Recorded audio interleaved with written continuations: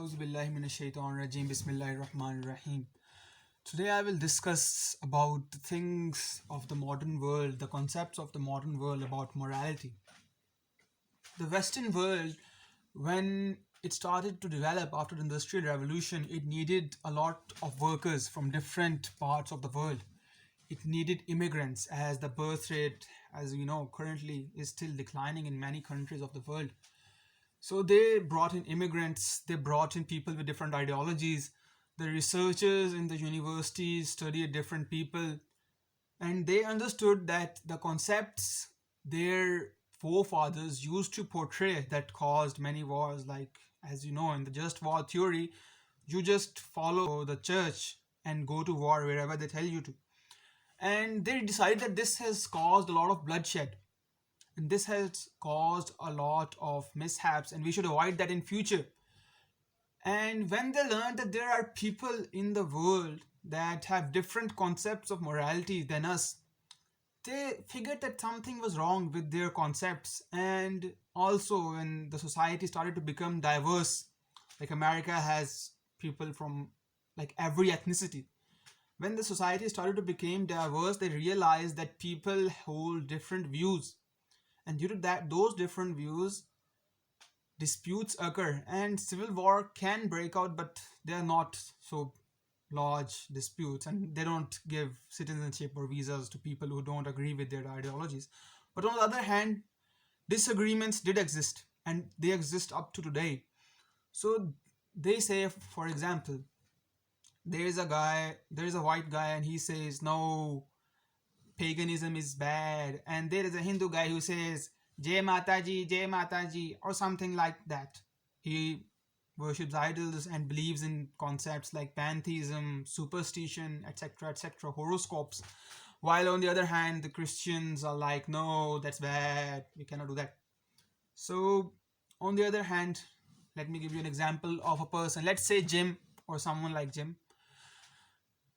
He's grown up in an abusive household. His mother used to abuse him. His father was never there for him. His father left home. His father was alcoholic. His mother was alcoholic. His father left. His mother was alcoholic. She had mental disorders. She had bipolar disorder. She was a single mother raising a kid. She used to abuse him. Okay, abuse Jim. She had depression. She had mania. And Jim was bullied in school, and now Jim is an adult who likes to kill people for fun. He becomes a serial killer, and after he is caught, he'll be used by psychiatrists. He will be sent to a psychiatric ward for experimentations and from psychologists to learn from him. So what do we do at here?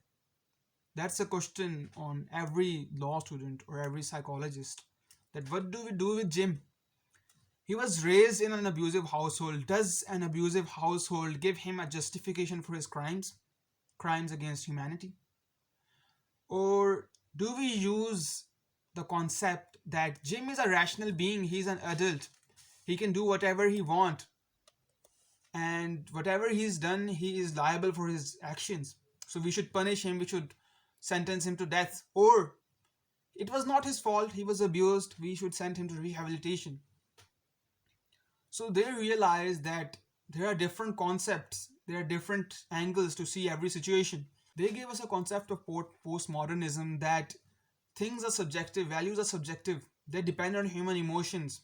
And as you know, human emotions are relative. For example, I like this pen a lot. You have no reason to like it. You might hate it as well. So, like this feeling for this pen, human emotions are subjective. They change from person to person. We cannot encode a law on the basis of human emotions.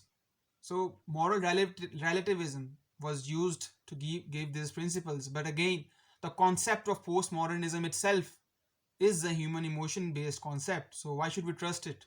But it solved a lot of problems. It gave them tolerance to accept viewpoints of others. It gave them concepts that you keep to yourself, I keep to myself, we live happy, we live in a society. You keep your religious stuff to your house, I keep my religious to the house, and we hold a popularity contest. We vote for the person who is most popular and who has pleased the most amount of people, and we let him decide that what is right and what is wrong. He goes to the parliament, he passes a bill, and he decides that this thing is a penal offense. He decides that this thing is not a penal offense because he won the popularity contest. That's how the current democracy works in the societies, most societies as well. So, after deciding that moral relativism is a thing and morality is relative, people realize that they are not the source of morality. For example, a person comes to your house and seeks shelter.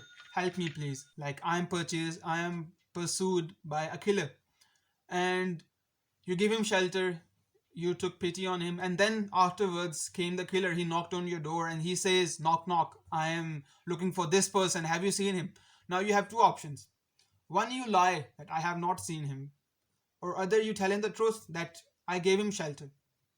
Now, when we look in ourselves, we cannot decide which is the better good, to say the truth or save a human life.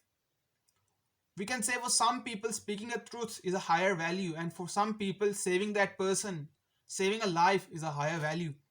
So, at this point, morality became relative, and we cannot decide from our emotions that which is the higher good. So, due to these problems, morality became relative, postmodernism gained popularity, and morality as a binding force for law became irrelevant. But this gave rise to nihilism. People started leaving every tradition they could, things that was formed by thousands of years of human evolution, human development, human society, evolution of society. They left those things. They gave them zero value and said that they are not relevant anymore. That morality is relative, so why should I care what's right and wrong? Let the parliament decide it, what's the laws, and I live my life as I want to.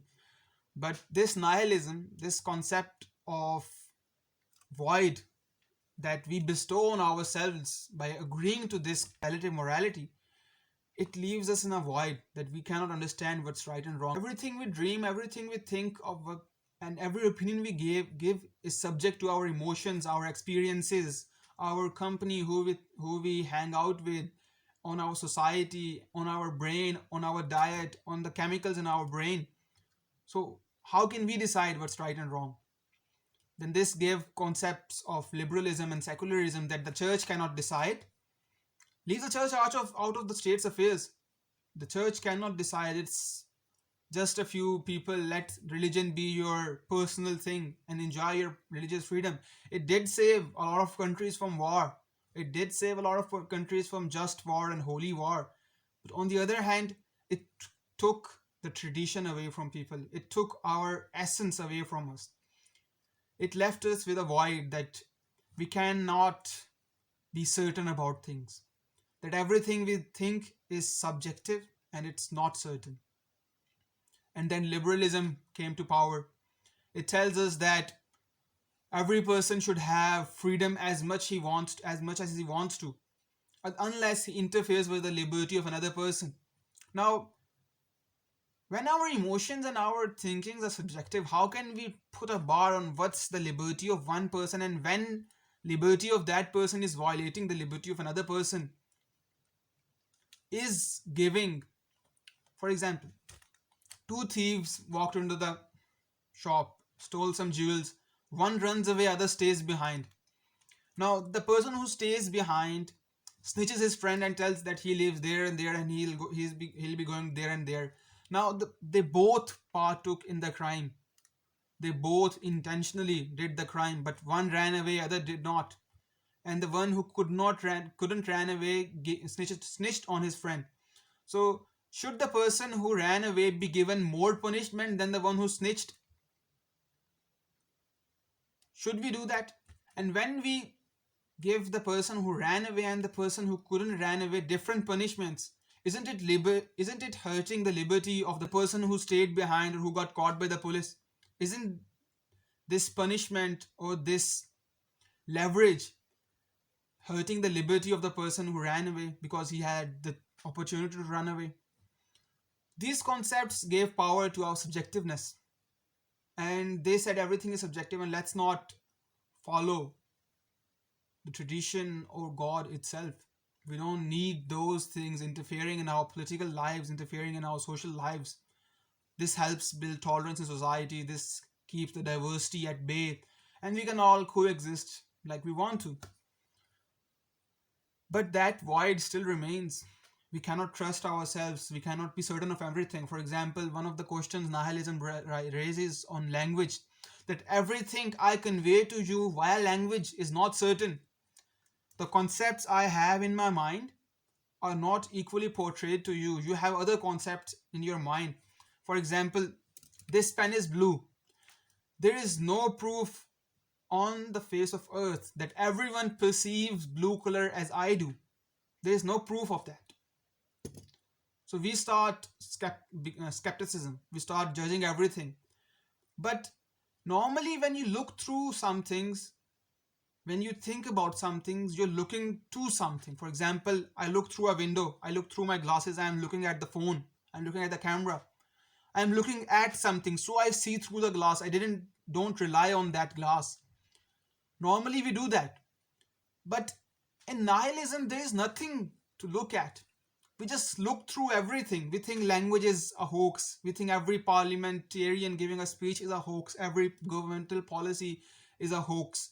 And everyone has some sort of ulterior motives. And that skepticism doesn't lead us to anywhere. The Quran says, تبارك الذي نزل الفرقان على عبده ليكون للعالمين نذيرا, that we revealed Furqan on our man so that he may be warned. What is this warning? Furqan means right and wrong. God gave us the concepts of right and wrong so that we may escape from this void. We should understand that this is where we look through, and this is where we aim at, and this is where we are looking. My conclusion is that we should always look at the bigger picture. We should always look that there is a higher purpose of life. There is a reason that humans are here, and we have a purpose on earth, and we are here to do something. Instead of just making everything subjective and trying to make everything quantified, not everything can be quantified. Not everything can be subjective. There are absolute values, and when we arrive at those values, we should stick to those and follow those so that we can escape from that void of nihilism.